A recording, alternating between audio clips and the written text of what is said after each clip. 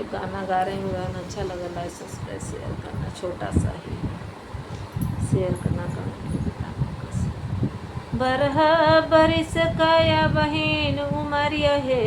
बोलमुआ, बरह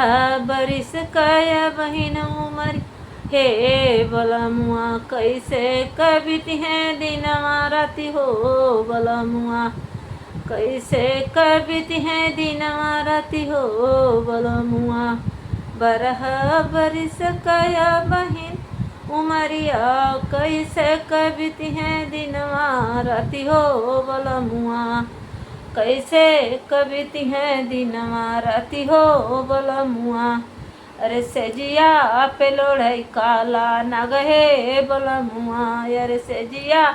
पे लोढ़ई काला नाग हे बोलमुआ, अरे सेजिया पे लोढ़ई काला नाग हे बोलमुआ, हाथ गोड़ फूल जई है पेटवा ने करी जई है, हाथ गोड़ फूल जई पेटवा ने करी जई है, हंसी है गौआ का लोग हे बोलमुआ,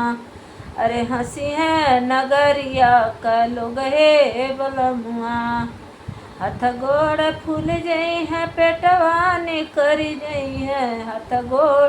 फूल जई है पेटवा ने करी जई, अरे हंसी है गवा का लोग हे बोलमुआ, अरे हंसी है गौआ का लोग हे बोलमुआ, अरे हंसी है नगरिया का लोग हे बोलमुआ, बरह बरिस कया बहिन उमरिया हे बोलमुआ, बरह बरिस कया बहिन उमरिया हे बोलमुआ, अरे कैसे कबित हैं दिनवा राति हो बोलमुआ, अरे कैसे कबित हैं दिनवा राति बोलमुआ, अरे सेजिया पे लोढ़ई काला नाग हे बोलमुआ, अरे सेजिया पे लोढ़ई काला नाग हे बोलमुआ,